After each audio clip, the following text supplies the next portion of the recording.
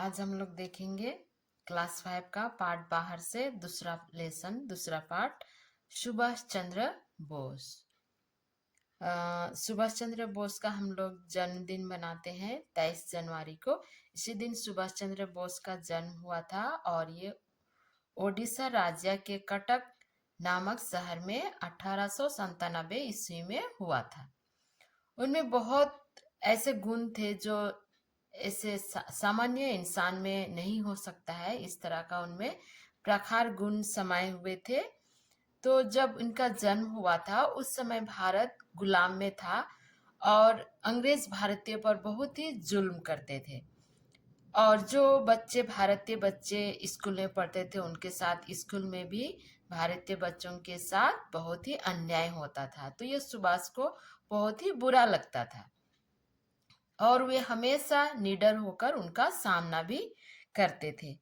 और वे क्लास में जैसे वे साधारण बालक तो नहीं थे, तो वे क्लास में क्या हमेशा प्रथम ही आते थे और जब भी कुछ अन्याय होता था तो वे उनका विरोध में खड़े हो जाते थे, आवाज उठाते थे। तो वे प्रखर बुद्धि के साथ साथ वे स्वाभिमानी भी थे और अपना देश, अपना भाषा, अपना संस्कृति से बहुत ही प्रेम करते थे। इसी स्वाभिमानी के कारण ही उन्होंने क्या किया, मिशनरी स्कूल में पढ़ना भी छोड़ दिया और अपना देश के जो परंपरा है उससे वे बहुत ही प्यार करते थे, अपने धर्म पर बहुत आस्था रखते थे और वे खुद क्या करते थे, स्वाध्याय मतलब खुद वो पढ़ते थे। धर्म के दर्शन, साहित्य आदि विषयों पर क्या करते थे, वे अध्ययन क्या करते थे। तो उन्होंने किसको, महापुरुष विवेकानंद को भी पढ़ा, रामकृष्ण परमहंस को भी पढ़ा और उनके विचारों को क्या किया, अपने जीवन में लागू भी किया। वे हमेशा क्या सोचते थे कि मैं देश को कैसे मुक्त कराऊं। उनको ऐसा मतलब भारतीयों के अंडर में, उनके अंडर से देश को कब आजाद करें, उनका यही हमेशा उद्देश्य रहता था। तो बचपन से ही वे सोचते थे, छोटे थे लेकिन भी वो अपने देश को आजाद करना चाहते थे और आजीवन ही उन्होंने इस पर क्या किया, अमल भी किया अपने देश को आजाद करने के लिए। उसी समय ये इतना पढ़ाई में भी बहुत अच्छे थे तो उन्होंने आईसीएस की परीक्षा भी उत्तीर्ण किया और उन्हें वहां नौकरी भी मिल गया। लेकिन उन्होंने क्या किया, वो नौकरी को भी क्या कर दिया, त्याग दिया। आईसीएस का जो नौकरी मिला था वो भी उन्होंने त्याग दिया और क्या किया, अब अपने देश के सेवा में अपने आप को लगा दिए। अपने देश को आजाद करने का उन्होंने प्राण ले लिया। तब देश में स्वतंत्रता के लिए क्या आंदोलन चल रहा था और उन्होंने आंदोलन में भाग लिया और सन 1938 ईस्वी में भारतीय राष्ट्रीय कांग्रेस का अध्यक्ष चुना गया। 1938 में क्या हुआ, भारतीय राष्ट्रीय कांग्रेस का अध्यक्ष चुना गया।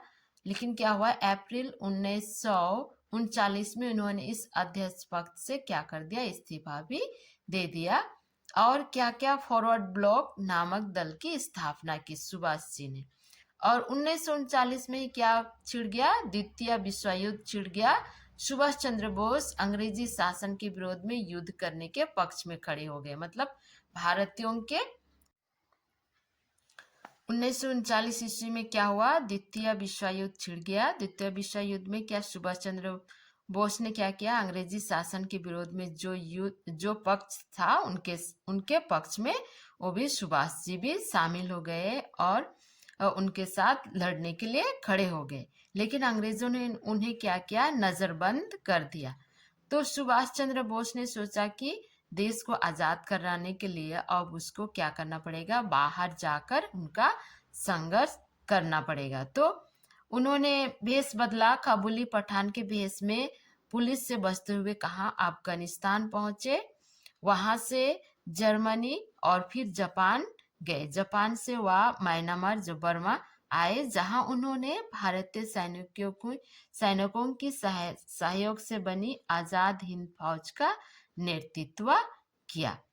उन्होंने दिल्ली चलो का नारा दिया और जवानों से कहा, तुम मुझे खून दो मैं तुम्हें आजादी दूंगा। और उनका जो जय हिंद का जो नारा था वो बहुत ही फेमस हो गया, प्रचलित हो गया। उन्होंने देश की आजादी के लिए अपना सुख चैन आराम सब कुछ त्याग दिया हुए, इतने मतलब बहुत ही दुख उठाए हुए, वो जितना दुख उनको सहना पड़ता था उससे और ज्यादा वे दुख मांगते थे, कभी वे दुख से घबराए नहीं। अंग्रेजों ने उन्हें बार बार क्या जेल भेजा, बहुत कष्ट दिए, परंतु सुभाष जी डरे नहीं, है ना। सुभाष अपने माता पिता और गुरुजनों का आदर करते थे, कभी भी उनकी आज्ञा का उल्लंघन नहीं करते थे। वे बहुत अनुशासन प्रिय थे। वो सोचते थे कि जीवन में कुछ पाना है तो अनुशासन का पालन करना और दृढ़ रहना होगा। तो सुभाष जी क्या समाज सेवी भी थे, समाज सेवा में अपना सहयोग देते थे। उस समय क्या हिंदू मुस्लिम में वो भेद होता था, वो ऐसा भेद वो कभी भी नहीं समझते थे, हिंदू मुस्लिम अलग अलग है ऐसा वे नहीं सोचते थे। तो इसी तरह हमें भी सुभाष जी की तरह ही भेदभाव नहीं रखना चाहिए। और देशवासी उन्हें क्या कहकर पुकारते थे, नेताजी कहकर पुकारते थे।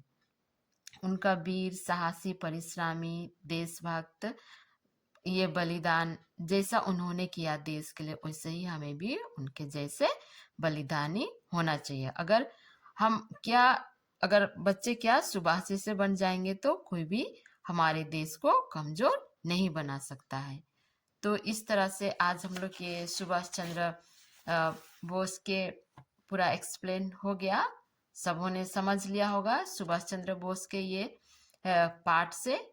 तो कल दूसरा दिन हम लोग देखेंगे इसका क्वेश्चन आंसर।